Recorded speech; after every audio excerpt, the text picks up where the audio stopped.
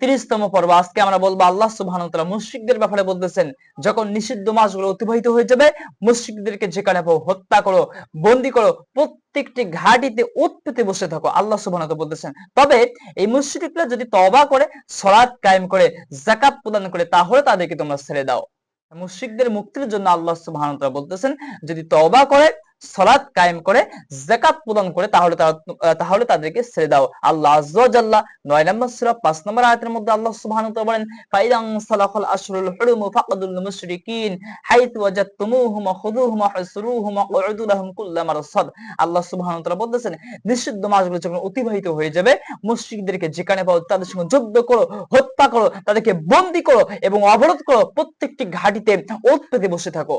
Fine তাবু ওয়া আকামুস সালাতা ওয়া আতাউজ যাকাতা ফাখাল্লু সাবিলাহুম, যদি তারা তওবা করে, সালাত কায়েম করে, যাকাত প্রদান করে, তাহলে তাদের পথ তোমরা ছেড়ে দাও।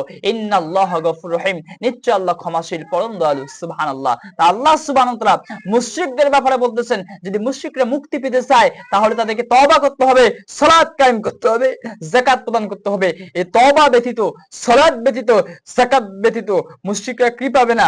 মুক্তি পাবে না। তাহলে মুশরিকদের মুক্তির ব্যাপারে যদি আল্লাহ সুবহানাহু ওয়া তাআলা এইভাবে বলেন, তাহলে আমরা যদি মুক্তি পেতে চাই, আমাদেরকে কি করতে হবে? সালাত ছাড়া আমরা পরকালে মুক্তি পাবো না, অবশ্যই সালাত কায়েম করতে হবে। আল্লাহ সুবহানাহু ওয়া তাআলা এই সালাত কায়েম করার তৌফিক